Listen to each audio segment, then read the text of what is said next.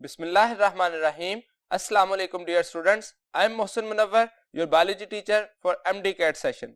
आज के इस लेक्चर में हम किंगडम प्लांटी के सेकंड हाफ से बनाए गए टेस्ट नंबर 4 को डिस्कस करेंगे. तो टेस्ट नंबर 4 की डिस्कशन के लिए चलते हैं बोर्ड की तरफ. टेस्ट में क्वेश्चन नंबर 1 है, a review of kingdom Plantae indicates that alpha spermatophyte predominate over A spermatophytes, beta A spermatophyte predominates over spermatophyte, Charlie non-vascular plants predominate over vascular plants and delta non-flowering plants predominate over flowering plant. तो actually हमें जो right option है वो choose करना है कि जो kingdom Plantae है उसके लिए कौन सी बात जो है वो ठीक है. तो एक्चुअली स्पर्मेटोफाइट्स जो हैं वो प्रीडोमिनेट किए ओवर ए स्पर्मेटोफाइट, यानी कि जो नॉन सीड कंटेनिंग प्लांट्स थे वो सीड कंटेनिंग प्लांट्स पर जो प्रीडोमिनेट किए. सो राइट ऑप्शन यहां पे क्या होगा, that will be alpha. Question number 2, first complete seed appeared approximately alpha 390 million years ago, beta 265 million years ago, Charlie 365 million years ago and delta 290 million years ago. तो actually evolution of seed जो है वो 390 million years ago जो है वो start हुई और complete हुई अप्रोक्सीमेटली 365 मिलियन ईयर्स अगो में. सो राइट ऑप्शन यहां पे क्या होगा, Charlie. Question number 3, the megaspore is permanently retained within the megasporangium in alpha tracheophytes, beta pteridophytes, charlie A spermatophytes and delta spermatophytes. तो एक्चुअली जो एवोल्यूशन ऑफ सीड का process था spermatophytes में कहा जाता है मेगास्पोर जो है वो परमानेंटली रिटेन किया विद इन द मेगास्पोरेंजियम. इससे पहले जो है वो मेगास्पोर जो है वो डिटैच हो जाता था, डिस्पर्सल ऑफ द स्पोर्स हो जाती थी, लेकिन मेगास्पोरेंजियम के अंदर मेगास्पोर जो है वो फर्स्ट टाइम रिटेन किया और इसी वजह से एवोल्यूशन ऑफ सीड का प्रोसेस जो है वो स्टार्ट हुआ. तो इसका मतलब स्पर्मेटोफाइट्स में ये प्रोसेस जो है वो शुरू हुआ, that is retention of megaspore within the megasporangium.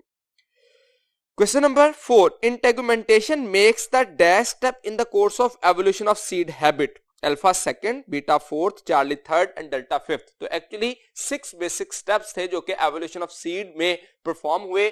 सबसे पहला जो था that was called as heterospory. उसके बाद retention of germination of megaspore within the megasporangium और तीसरा जो स्टेप था जिसमें प्रोटेक्टिव लेयर फॉर्मेशन हुई. ये प्रोटेक्टिव लेयर एक्चुअली इंटेगुमेंट कहलाई थी और इसी वजह से स्ट्रक्चर जो है वो इंटेगुमेंटेड इंडेहिसेंट मेगास्पोर हो गया, जिसको फिर हम नाम देते हैं ओव्यूल. तो इंटेगुमेंट जो है वो एज अ प्रोटेक्टिव लेयर जो कि थर्ड स्टेप में हुई. सो राइट ऑप्शन यहां पे होगा Charlie. Question number 5, modification of distal end of megasporangium was a step to facilitate alpha fertilization, beta seed formation, charlie pollination and delta fruit formation. तो जो distal end of megaspore था, जैसे कि अगर आप इस डायग्राम में देखें तो जो मेगास्पोर का स्ट्रक्चर है उसका डिस्टल एंड जो है वो मॉडिफाई हो गया और इसकी वजह से बनी पोलन ट्यूब, जो कि एवोल्यूशन ऑफ सीड में जो एक स्टेप था modification of distal end of megasporangium. इसकी वजह से एक्चुअल प्रोसेस क्या हुआ, that was safe transfer of male gamete towards female gamete.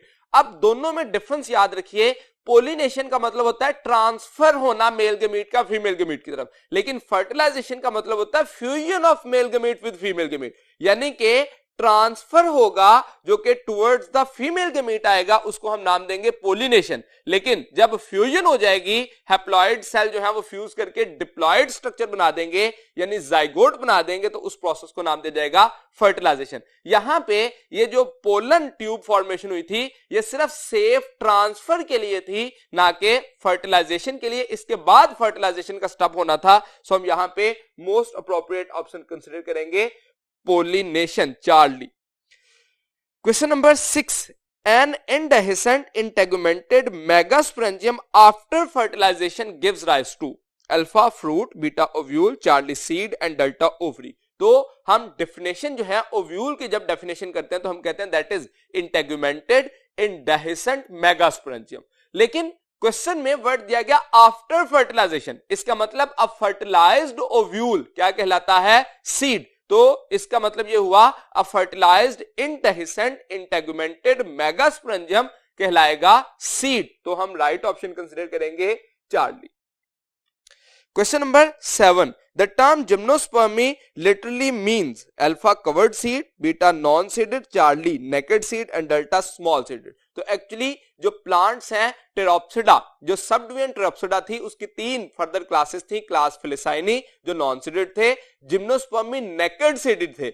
जिम्नोस का लफ्जी मतलब होता है नेकेड और एंजियोस्पर्मी में एनक्लोज्ड सीड जो है वो कंसीडर किया जाता है। सो यहां पे राइट ऑप्शन होगा Charlie. Question number 8. The megasporophyll bearing ovule are not folded and joined at the margins in alpha gymnosperms, beta tracheophytes, Charlie angiosperms and delta spermatophyte.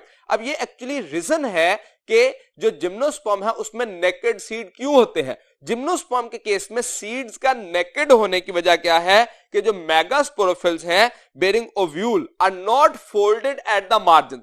जब मार्जिन से फोल्ड होंगे तो उस फोल्डिंग की वजह से ओव्यूल के गिर्द कवरिंग बन जाएगी और सीड जो है वो एनक्लोज्ड हो जाएगा, जबकि इन केस ऑफ जिम्नोस्पर्मी ऐसा नहीं होता, जिस वजह से नेकेड सीड रहते हैं। तो megaspore bearing ovule are not folded. Not folded जब कहा जाएगा तो जिम्नोस्पर्मी, और अगर फोल्डेड का वर्ड कहा जाए तो that means these are the angiospermae. तो these group of plant will belong to gymnospermae, alpha will be the right option. Question number 9. Taxus is commonly called as alpha sago palm, sago palm cycas को कहा जाता है। Hemlock, hemlock का word जो है वो इस्तेमाल किया जाता है फॉर पाइसिया, और चार्ली है यू, यू जो है वो टेक्सस के लिए इस्तेमाल किया जाता है, एंड डेल्टा है देवदार जो कि सेड्रस के लिए कहा जाता है। तो हमें जो डिफरेंट ग्रुप है, इंपॉर्टेंट जेनरा है जिम्नोस्पर्म के, उसमें से एक टेक्सस के बारे में पूछा गया, that is actually considered as a you. Question number 10. Microspore of spermatophytes is called alpha pollen grain, beta microgametophyte, Charlie seed and delta male gamete. तो जिस वक्त हम माइक्रोस्पोर ऑफ स्पर्मेटोफाइट की बात करते हैं तो एक्चुअली उसको कंसीडर किया जाता है पोलन ग्रेन। जब हम एक पोलन ग्रेन को डिफाइन करें तो हम कहते हैं अ माइक्रोगेमेटोफाइट कंटेनिंग अ गैमीट। तो क्वेश्चन में कहा गया माइक्रोस्पोर ऑफ स्पर्मेटोफाइट, तो उसको नाम दिया जाएगा pollen grain. So right option will be alpha. Question number 11. An ovule is actually a megasporangium that is protected by alpha megasporophyll, beta integument, Charlie ligules and delta megasporangial wall. तो जो एक ovule है उसकी definition में ही 3 word है, इंटेगुमेंटेड, इंडेहिसेंट, megasporangium. तो इसका मतलब ये हुआ मेगास्पोरेंजियम के गिर्द जो प्रोटेक्टिव लेयर बनती है वो क्या कहलाती है, इंटेगुमेंट, और उस इंटेगुमेंटेड होने की वजह से वो इंडेहिसेंट हो जाता है। तो इसका मतलब ये हुआ कि जो प्रोटेक्टिव लेयर है around the megasporangium that is called as integument, beta will be the right option. Question number 12. Each megaspore mother cell of Pinus give rise to alpha 2 haploid megaspores, beta 2 diploid megaspores, Charlie 4 haploid megaspores and delta 4 diploid megaspores. तो जिस वक्त हम कहते हैं megaspore mother cells, तो megaspore mother cell जो है वो मियोसिस के जरिए डिवाइड करते हैं। जब भी एक सेल की मियोसिस होती है तो एक सेल मियोसिस की वजह से 4 हैप्लॉइड सेल बनाता है। तो इसका मतलब ये हुआ मेगास्पोर मदर सेल की मियोसिस 1 होगी तो 2 सेल्स बनेंगे, और मियोसिस 2 से 2 से 4 सेल जो है उनकी फॉर्मेशन होगी। तो इसका मतलब ये हुआ कि 1 megaspore mother cell will responsible to form 4 haploid megaspores. Charlie will be the right option. Question number 13. During pollination in Pinus, pollen land directly on the alpha megasporangia, beta ovules, Charlie carpels and delta stigma. अब Pinus जो है वो gymnospermae के case में है, इनके case में as such enclose seed नहीं बनते, तो इसका मतलब पोलन जो है वो डायरेक्टली लैंड करेगा किस पे, ओव्यूल्स पे। So right option will be beta. Question number 14. Angiospermic seeds are located alpha inside the ovary, beta above megasporophyll, Charlie below megasporophyll and delta inside the megasporangium. जब seeds कहा गया तो इसका मतलब सीड जो है वो फर्टिलाइज्ड ओव्यूल है, और ovule in case of gymnosperm naked होता है, मार्जिन जो है वो फोल्ड नहीं होते, और इन केस ऑफ द एंजियोस्पर्म वो ओवरी के अंदर मौजूद होता है। इसी वजह से जो ओव्यूल है वो सीड बना देता है और ओवरी से फ्रूट फॉर्मेशन हो जाती है, और एंजियोस्पर्मिक प्लांट जो है वो seed containing flower containing and fruit forming plant जो है वो कंसिडर किए जाते हैं। तो इसका मतलब एंजियोस्पर्मिक सीड जो है वो मौजूद होते हैं inside the ovary. So right option will be alpha. Question number 15. Angiosperms make up the dash of the dash non-species of plants. Alpha 235,000 of 330,000 species. Beta 235,000 to 350,000. Charlie 230,000 to 340,000. And Delta 235,000 to 360,000। तो actually हम जानते हैं plant की जो non species है वो 360,000 है और उसमें से तकरीबन 2/3 प्लांट जो है वो कौन से हैं? These are the angiosperms. तो एंजियोस्पर्म जो है वो 235,000 नॉन स्पीशीज में से यानी कि 360,000 में से 235,000 जो है वो एंजियोस्पर्म है। सो राइट ऑप्शन यहां पे होगा delta. Question number 16. A flower is modified alpha leaf, beta carpel, Charlie shoot and delta ovule. तो फ्लावर जो है that is a modified form of shoot, जिसके साथ जो है वो फर्दर जो स्ट्रक्चर है फ्लावर के अंदर एक्चुअली एक थैलेमस और टॉरस कहलाता है। पेडिसल जो कि फूल की डंडी होती है, बेस ऑफ द फ्लावर उसको थैलेमस और टॉरस कहा जाता है और उसके ऊपर जो है वो 4 वर्ल्स बनते हैं, inner most, outer, outer and outer most. तो 4 वर्ल जो है जिसमें एंड्रोशियम है, गायनेशियम रिप्रोडक्टिव होते हैं और उसके बाहर जो स्ट्रक्चर होता है जिसमें कैलेक्स और क्रोला ये दोनों जो है वो नॉन रिप्रोडक्टिव पार्ट है। तो एक्चुअली एक फ्लावर की रिप्रेजेंटेशन में हम कहते हैं flower is a modified form of shoot. Question number 17. The upper swollen tip of pedicel is called alpha torus, beta carpal, charlie ovary and delta pistil. तो actually अगर हम एक फ्लावर का स्ट्रक्चर देखें तो उस फ्लावर के स्ट्रक्चर में ये इस तरह से एक स्ट्रक्चर बनता है जिसमें जो लोअर साइड पर रीजन होता है ये पेडिसल है जिसको फूल की डंडी का नाम देते हैं और उसके अपर साइड पर जो स्वॉलन टिप होती है या बेस होती है फ्लावर की उसको नाम दिया जाता है टॉरस या थैलेमस का लफ्ज जो है वो इस्तेमाल किया जाता है। तो एक्चुअली पेडिसल का स्ट्रक्चर जो है वो फूल की डंडी या इसको स्टॉक कहा जा सकता है, जबकि थैलेमस या टॉरस का नाम दिया जाता है इसको। और जब हम बात करते हैं इसके ऊपर जो रिप्रोडक्टिव और नॉन रिप्रोडक्टिव स्ट्रक्चर की तो वो एंड्रोशियम, गायनेशियम, कैलिक्स और क्रोला उसको कंसिडर किया जाता है। तो ये एक्चुअली डिफरेंट पार्ट्स हैं। Question number 18. In a flower pedicel and thalamus represents the alpha leaves and stem, beta leaves and branches, charlie stem and branches and delta leaves and petiole। तो actually pedicel and thalamus जो है वो stem and branch को जो consider किया जाता है, ये pedicel जो है वो डंडी और उसकी जो टिप्स है उसको नाम दिया जाता है टॉरस और thalamus।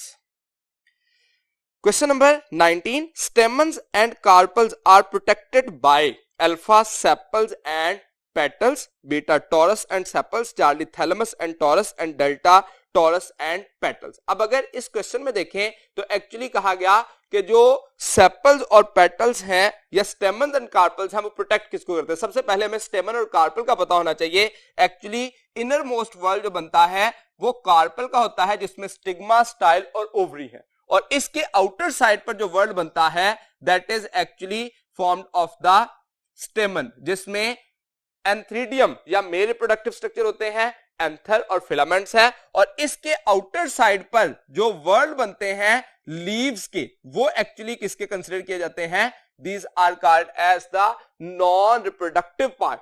अब 2 वर्ल्ड होते हैं लीव्स के, एक लीव्स होते हैं जो कि ग्रीन इन कलर होते हैं जो कि आउटर मोस्ट होते हैं और ये ग्रीन इन कलर जो लीव्स हैं उनको नाम दिया जाता है सेपल्स और इसके इनर साइड पर नॉन ग्रीन जो कि कलर्ड लीव्स होते हैं अदर देन ग्रीन होते हैं उनको नाम दिया जाता है पेटल्स और इनके इनर साइड पर मौजूद होते हैं एंड्रोशियम एंड गायनेशियम। तो ये जो स्ट्रक्चर है एक कंप्लीट फ्लावर का, इसमें जो स्कार्पल एंड स्टेमन है उसको प्रोटेक्ट किसने किया? सेपल्स एंड पेटल्स ने, जिसको कैलिक्स और कोरोला का नाम भी दिया जाता है इनके कलेक्शन को। सो राइट ऑप्शन यहां पे होगा अल्फा।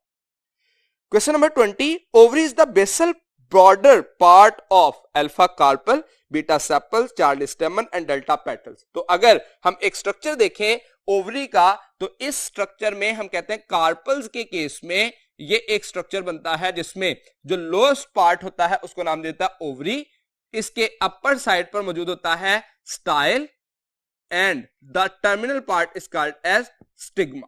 तो ये फर्दर 3 पार्ट्स में डिवाइड होता है. तो बेसल ब्रॉडर पार्ट को नाम दे देता है ovary. Question number 21. The ovule consists of an integument and a tissue. Alpha the nucellus present inside, beta the nucellus present outside, Charlie endosperm present inside and delta endosperm present outside. तो actually एक ovule जो है, जो female gametophyte का structure होता है, उसके अंदर जो टिश्यू होता है उसको नाम देता है न्यूसेलस. तो एक्चुअली एक फीमेल गेमेटोफाइट में ये स्ट्रक्चर हम देखते हैं जिसमें इनर साइड पर जो स्ट्रक्चर है उसको नाम दिया जाता है nucellus. So the nucellus present inside. Alpha will be the right option. Question number 22. The nucleus of the microspore divides by mitosis division to form alpha 2 haploid nuclei, beta 4 haploid nuclei, Charlie 3 haploid nuclei and delta 5 haploid nuclei. तो microspore actually male gamete होता है और उसमें division की वजह से 3 जो है वो न्यूक्लियस बनते हैं, जिसमें से 2 न्यूक्लियाई जो है वो ट्यूब न्यूक्लियाई कहलाते हैं, जो कि एक एग सेल के साथ और दूसरा फ्यूजन न्यूक्लियाई के साथ मिलके डबल फर्टिलाइजेशन सेम टाइम पर दोनों सेल्स के साथ फर्टिलाइजेशन होती है. इस वजह से इस प्रोसेस को नाम दिया जाता है डबल फर्टिलाइजेशन. यहां पे क्वेश्चन हमें सिर्फ न्यूक्लियस के रेफरेंस से पूछा गया है. तो actually 3 haploid nuclei will be present in the microspore. Question number 23. The female gametophyte of angiosperms consists of alpha 3 cells only, beta 6 cells only, Charlie 4 cells only and delta 7 cells only. तो actually एक female gametophyte angiosperm का उसमें 7 sales मौजूद होते हैं, जिसमें 3 antipodal cells हैं, 2 cell synergid है, 3rd एग सेल है. तो एक्चुअली 7 सेल जो है वो कलेक्टिवली मौजूद होते हैं इन case of female gametophyte.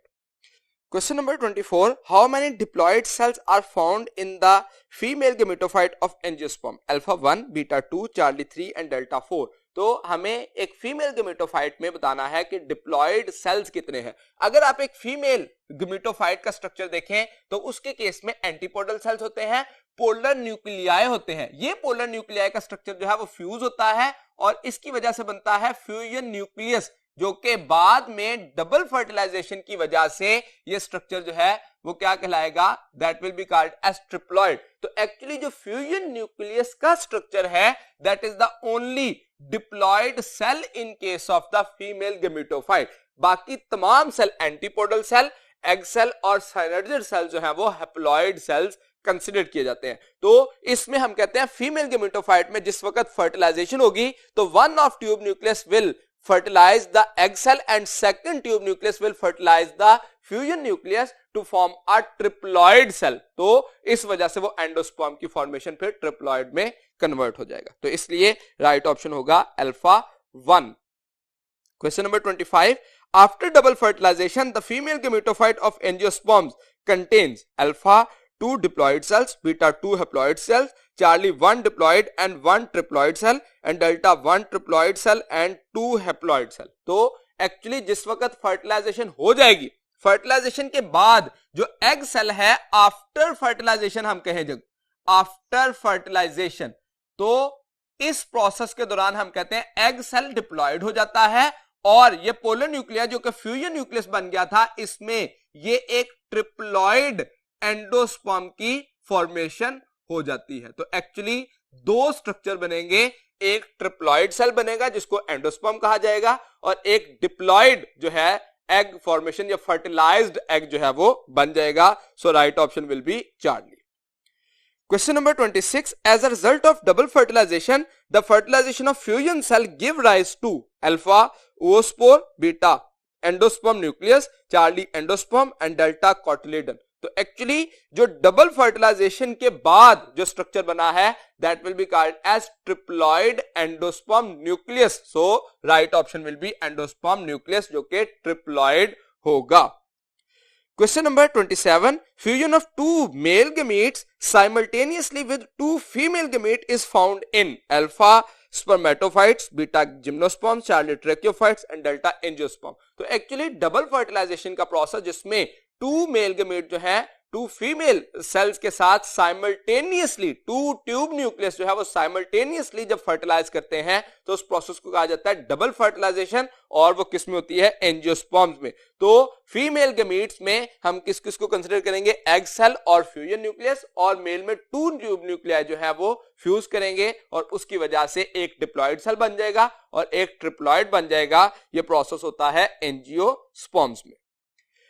Question number 28. In angiosperm, food stored in fertilized ovule actually helps the plant to alpha economize its food resources, beta supplement its food resources, Charlie enhance its food resources and delta consume its food resources. तो actually ये fertilized ovule में food की storage का purpose क्या था?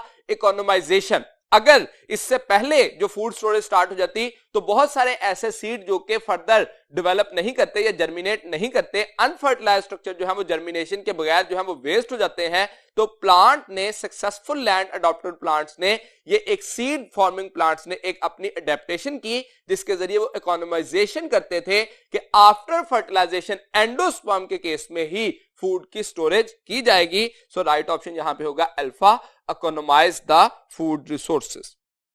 Question number 29. Monocotyledony and dicotyledony are two subclasses of class alpha Felicini, beta Angiospermi, Charlie Gymnospermi and delta Anthocerote. तो actually monocotyledonae and dicotyledonae, जिसको हम मोनोकॉटिलेडन, वन कॉटिलेडन और two cotyledon की वजह से कहते हैं, ये एक्चुअली एंजियोस्पर्म के फर्दर सब क्लासेस कंसिडर की जाती हैं। So right option is beta. Question number 30. Which one of the following angiospermic family have 100 genera and 2000 species? Alpha Caesalpiniaceae, Beta Fabaceae, Charlie Mimosaceae and Delta Rosaceae. तो actually ये question जो है बड़ा simple सा numeric question है और हर family के लिए पूछा जा सकता है। ये हमने अपने लेक्चर में भी ये बात डिस्कस की थी कि एक्चुअली जो हमारे पास फैमिलीज में से क्वेश्चन आ सकते हैं, एक क्वेश्चन जो सबसे प्रोमिनेंट क्वेश्चन है वो फैमिलीज और जेनरा इन द वर्ल्ड और इन पाकिस्तान पूछे जा सकते हैं। दूसरा क्वेश्चन इसी से रिलेटेड पूछा जा सकता है जो कि फेमिलियर प्लांट्स है किसी भी फैमिली का, एक नाम देकर पूछा जा सकता है ये किस फैमिली से बिलोंग करता है, या फैमिली का नाम देकर पूछा जा सकता है कि इससे बिलोंग करने वाला कौन सा प्लांट है।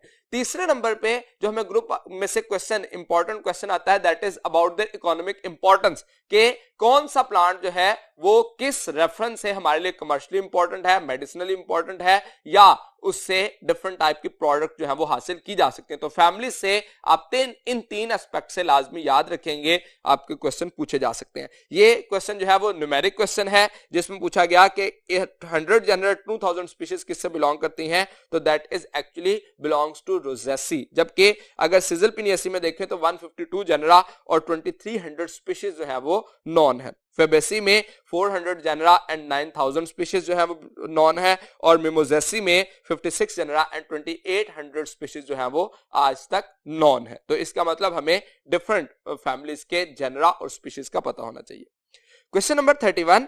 Pair belong to family alpha Rosaceae, beta Fabaceae, Charlie Caesalpiniaceae and delta Solanaceae. तो पेयर जो है जिसको हम जो है वो रोजेसी से बिलोंग करता है जो कि पायरस है, रोज इसके साथ साथ रोजा इंडिका जो कि रोज का नेम है वो इससे बिलोंग करता है, मेलस और फ्रिजेरिया ये डिफरेंट प्लांट है जो कि रोजेसी से बिलोंग करते हैं, जबकि फेबेसी से हम कहते हैं लिथायरस और डोरेटस पेनट है जिसको हम अरेकिस हाइपोजिया, इसी तरह से Caesalpiniaceae के कुछ इंपॉर्टेंट प्लांट जो हैं हमारी बुक में दिए गए, और सोलेनेसी के भी पोटैटो, टोमेटो, टोबैको ये ऐसे प्लांट हैं जो कि इससे बिलोंग करते हैं। Question number 32. Which one of the following angiospermic family ranks third in commercial importance? Alpha Rosaceae, beta Poaceae, Charlie Solanaceae and delta Fabaceae. तो कौन सा ऐसा ग्रुप है जो कि थर्ड इन रैंक है कमर्शियल इंपॉर्टेंस में? तो रोजेसी जो है वो थर्ड रैंक किया जाता है इन केस ऑफ कमर्शियल इंपॉर्टेंस। इसके अलावा जो बाकी फैमिलीज हैं इनकी भी डिफरेंट इंपॉर्टेंस मौजूद है, जैसे कि फेबेसी जो है वो मुख्तलिफ किस्म के source of high protein diet हासिल करने के लिए इस्तेमाल करते हैं, सोलेनेसी जो है वो ड्रग्स और फूड कंपोनेंट हासिल करने के लिए इस्तेमाल करते हैं, पोएसी जो है वो तमाम फैमिली से ज्यादा इंपॉर्टेंस जो है वो रखती है, और इसकी जो इंपॉर्टेंस है वो एनिमल और प्लांट्स के लिए दोनों के लिए एज सच मौजूद है। तो इसका मतलब डिफरेंट फैमिलीज जो है उनकी डिफरेंट इकोनॉमिक और कमर्शियल इंपॉर्टेंस मौजूद है। Question number 33. Excellent walking sticks and wood is provided by member of Rosaceae called Alpha Pyrus pastia, Beta Fragaria, Charlie Crataegus and Delta Rosa. तो एक्चुअली क्रेटेगस जो है वो इससे एक्सलेंट वॉकिंग स्टिक, अक्सर जो बुजुर्ग लोग हैं वो चलने के लिए या कुछ रवायती अंदाज में भी लोग जो है वो अपने पास स्टिक्स रखते हैं चलने के लिए मूवमेंट के दौरान, तो उन स्टिक्स को जो क्रेटेगस है इससे नॉर्मली बनाया जाता है जो कि वॉकिंग स्टिक के लिए इस्तेमाल होती है। Question number 34. An angiospermic family with 14 genera and 52 species in Pakistan. अब देखिए वर्ल्ड वाइड नहीं पूछा गया, पाकिस्तान कहा गया, तो पाकिस्तान के केस में जो सोलनेसी है उसमें 14 जेनरा एंड 52 स्पीशीज जो है वो अभी तक नॉन है, जबकि रोजासी में 29 जेनरा एंड 213 स्पीशीज नॉन है, फेबेसी में 82 जेनरा एंड 587 स्पीशीज रिपोर्टेड है, सोलनेसी में 14 एंड 52 और सिजलपिनियसी में जो है वो 16 जेनरा एंड 60 स्पीशीज जो है वो अभी तक नॉन है। तो इसका मतलब डिफरेंट जो रिपोर्टेड जेनरा और स्पीशीज हैं वो पाकिस्तान में और वर्ल्ड वाइड दोनों लेवल पे हमें पता होने चाहिए। क्वेश्चन नंबर 35 के लिए चलते हैं नेक्स्ट बोर्ड की तरफ। Question number 35. People are totally dependent on potato in Alpha England, Beta Ireland, Charlie America and Delta Scotland. तो पोटैटो के ऊपर जो डिपेंडेंट थे वो आयरलैंड में थे। इसका हमें क्लू जो है वो हमने चैप्टर नंबर 7 में जब हम प्रोटिस्टा की बात कर रहे थे और फंजाई लाइक प्रोटिस्ट में हमने कहा था कि जो फाइटोप्थेरा इन्फेस्टेंस हैं ये आयरिश पोटैटो के लिए जो है वो फैमिन के लिए रिस्पॉन्सिबल है और लेट ब्लाइट पोटैटो की वजह से डिजीज होती है जिसकी वजह से आयरलैंड में मैस माइग्रेशन हुई थी और बहुत ज्यादा लोगों की डेथ हुई थी क्योंकि मेजॉरिटी पर्सन वहां पे जो डिपेंड करते हैं पोटैटो पे और पोटैटो का फैमिन की वजह से ये प्रॉब्लम जो है वो वहां पे देखी गई। तो आयरलैंड जो है वो इसके लिए मोस्ट सुटेबल ऑप्शन है। Question number 36. A favorite home garden vegetable which was considered poisonous is Alpha potato, Beta brinjal, Charlie tomato and Delta chili. तो एक्चुअली टोमेटो जो है वो इसको अर्लियर प्रिमिटिव कंडीशंस में जो है वो इसको कंसीडर किया जाता था ये पॉइजनस है। Why? Because of its colour. Normally red colour जो है वो डेंजर के लिए कंसीडर किया जाता है और इसका रेडिश कलर होने की वजह से इसको समझा जाता था ये पॉइजनस है और बाद में इसको हम वेजिटेबल के तौर पर जो है वो होम गार्डन वेजिटेबल के तौर पर डिटरमिन करते हैं। Question number 37. A plant of great commercial value is Alpha Nicotiana tabacum, Beta Bysastrum nocturnum, Charlie Petuma alba and Delta Solanum nigrum. तो ये डिफरेंट प्लांट के साइंटिफिक नेम जो है वो दिए गए। इसमें से जो कमर्शियल इंपॉर्टेंस या कमर्शियल वैल्यू का है निकोटियाना टोबैकम जिससे टोबैको बनाया जाता है और सिगरेट इंडस्ट्री में इसको इस्तेमाल किया जाता है। So right option is alpha. Question number 38. Male gametophyte of angiosperms is alpha a pollen tube with a haploid nucleus, beta a pollen tube with 2 haploid nucleus and Charlie a pollen tube with 3 haploid nuclei and delta a pollen tube with 4 haploid nuclei. तो actually जो एक mail gametophyte है उसमें pollen tube की formation होती है जिसमें tube nucleus जो है वो बनते हैं। तो इसका मतलब उसमें 3 एक्चुअली न्यूक्लियाई होते हैं। तो एक जो मेल गेमेटोफाइट है वो पोलन ट्यूब विद 3 में जो हैप्लॉइड न्यूक्लियाई है वो फॉर्मेशन करेंगे। सो राइट ऑप्शन यहां पे होगा Charlie.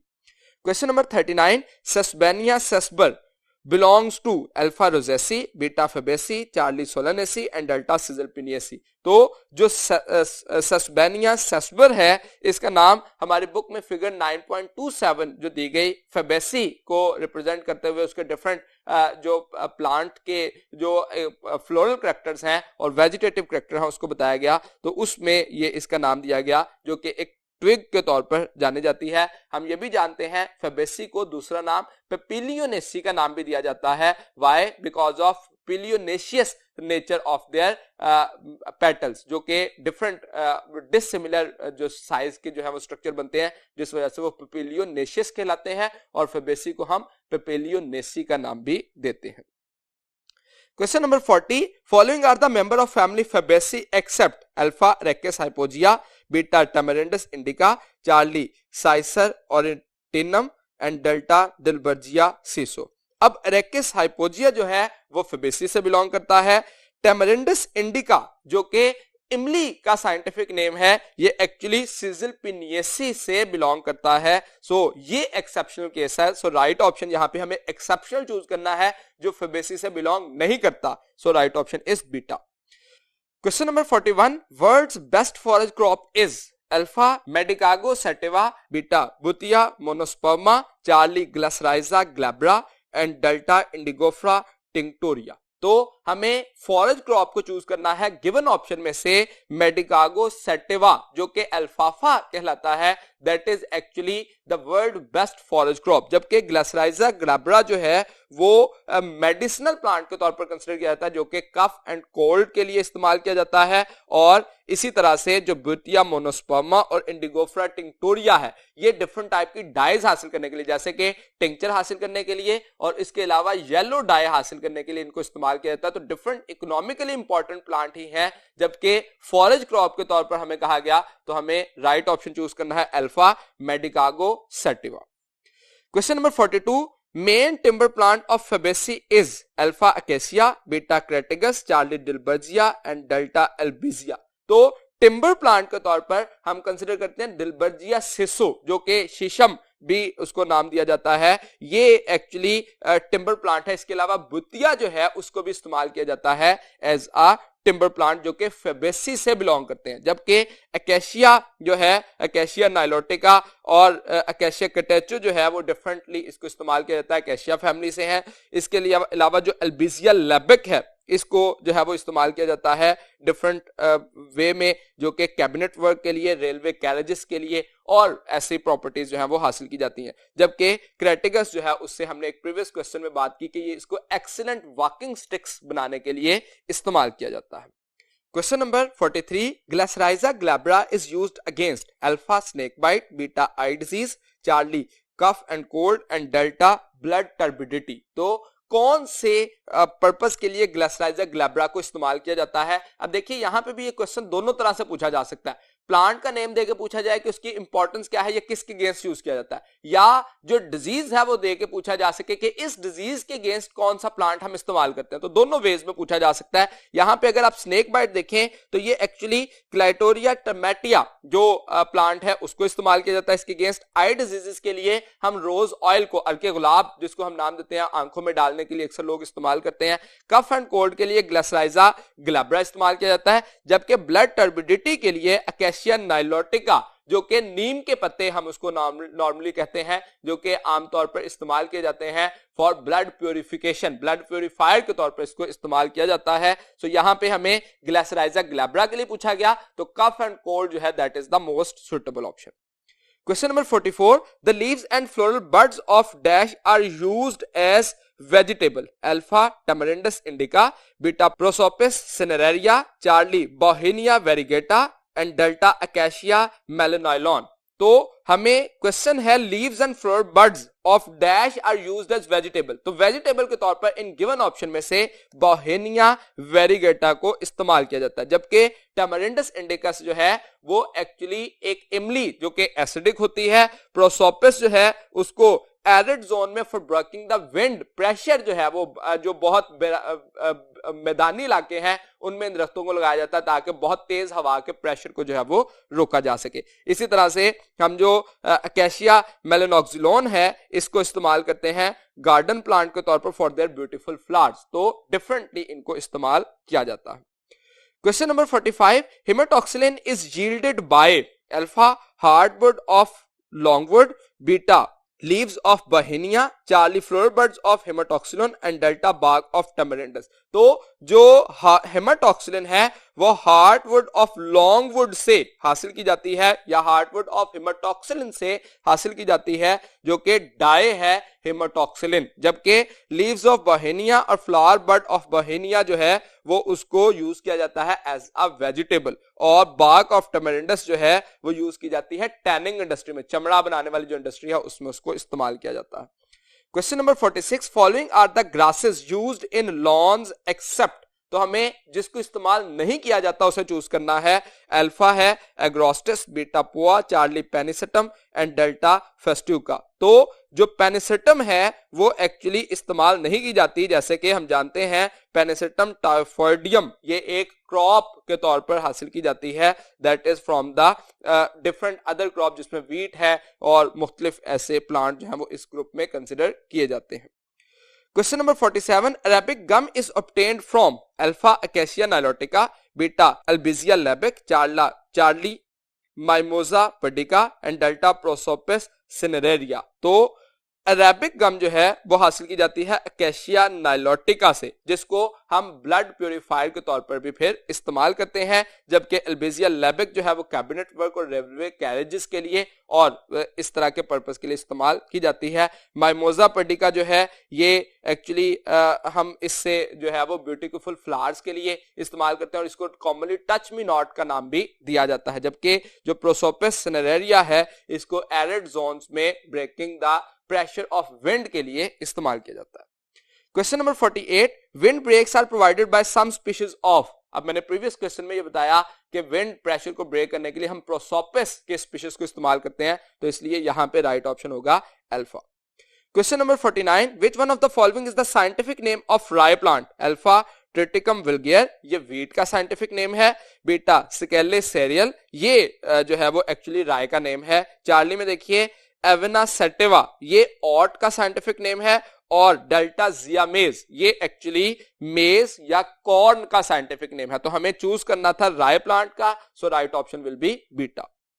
Question number 50, fibres obtained from the leaves of dash which is used in making ropes, alpha Saccharum officinarum, ये एक्चुअली शुगर केन का साइंटिफिक नेम है, इससे ऐसा चीज हासिल नहीं की जाती, बीटा सेक्रम मंजा, ये एक्चुअली हासिल होती है जिसके लिए हम कहते हैं जो काना हासिल होता है that is responsible to yield the fibre, Charlie में सेक्रम ओरोंडो, ये एक्चुअली जो कलम है, जो ट्रेडिशनल कलम अब आजकल के दौर में हम पेन इस्तेमाल करते हैं, इससे पहले जो कलम दवात इस्तेमाल की जाती है तख्ती लिखने के लिए, उसमें जो कलम है वो उसको बनाने के लिए इससे जो है वो हासिल होता है, और सेक्रम साइनेंसिस ये एक्चुअली हाइब्रिड है शुगर केन का। तो यहां तक आज की हमारे टेस्ट की डिस्कशन जो है वो कंप्लीट हुई। उम्मीद है कि मैं अपनी बात आपको समझाने में कामयाब रहा।